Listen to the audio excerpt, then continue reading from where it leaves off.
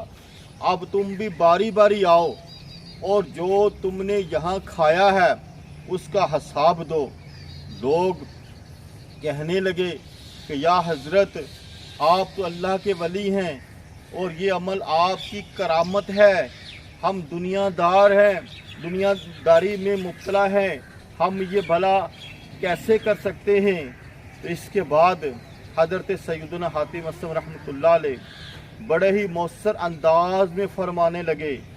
کہ اے نادان لوگو، اے غافل لوگو، یاد کرو قیامت کی اس 50,000 سالہ ایک دن کو، جب یہ سورج جو آج ہم سے کروڑوں میل دور ہے اور سورج کا پچھلا رخ آج ہماری طرف ہے اور سارے دن میں ایک مرتبہ جہنم کا عکس اس پر ڈالا جاتا ہے، تو اس دن یعنی قیامت کے 50,000 سال کا جو دن ہوگا اور اس دن یہ زمین تانبے کی زمین میں تبدیل کر دی جائے گی، سورج 1.25 میل پر ہوگا اور سورج کا اگلا رخ ہماری طرف ہوگا اور یہ سورج آگ برسا رہا ہوگا۔ اس وقت تم اپنے اندر کون سی کرامت پیدا کر لو گے کہ اپنی ساری گناہوں بری زندگی کا حساب و کتاب دے سکو گے؟ آج تم دنیا کے اس توے کے اوپر کھڑے ہو کر ایک وقت کا کھانا کھایا ہوا اس کا حساب نہیں دے سکے، تو اس وقت تم اپنے اندر کیا چیز پیدا کر لو گے؟ جب یہ الفاظ ان لوگوں نے سنے تو وہ دھاڑے مار مار کر رونے لگے اور توبہ توبہ کرنے لگے۔ میرے محترم بھائیوں، اللہ تعالیٰ کے ولیوں کی زبان میں بڑی تاثیر ہوتی ہے۔ یہ واقعہ جو ہے ہمیں بھی کچھ سبق دے رہا ہے، ہمیں بھی اس میں عبرت کے پھول نظر آ رہے ہیں۔ ہم نے بھی مرنا ہے، ہم نے بھی موت کا ذائقہ چکھنا ہے، ہمیں بھی کیا لیں کہ غسل دیا جائے گا، ہمیں بھی کفن پہنایا جائے گا، ہمیں بھی کیا لیں کہ ہماری چارپائی کو جنازگاہ کی طرف لے جایا جائے گا، نماز جنازہ ادا کی جائے گی، ہمیں بھی ایک اندھیری قبر میں دفن کیا جائے گا، ہمیں بھی کیا لیں کہ پل صراط کو عبور کرنا پڑے گا، ہمیں بھی قیامت کا 50,000 سال کا ایک دن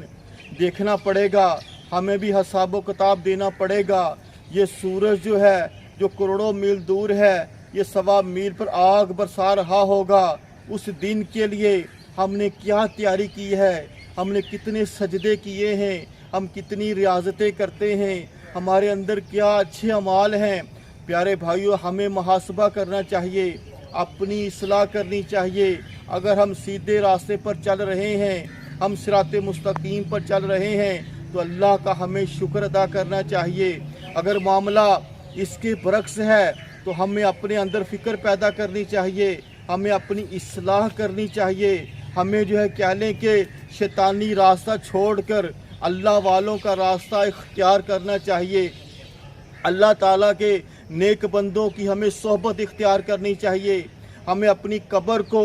روشن کرنے والے اعمال کرنے چاہیے، اپنے اندر خوف خدا پیدا کرنا چاہیے، تاکہ جب ہم اس دنیا سے جائیں تو ہمیں کسی قسم کا پچھتاوا نہ ہو۔ تو میرے محترم بھائیوں، جس بھائی کو بہن کو یہ ہماری ویڈیو پسند آئے وہ لائک کرے، شیئر کرے اور ہمارے چینل کو ضرور سبسکرائب کرے، بیل آئیکن کا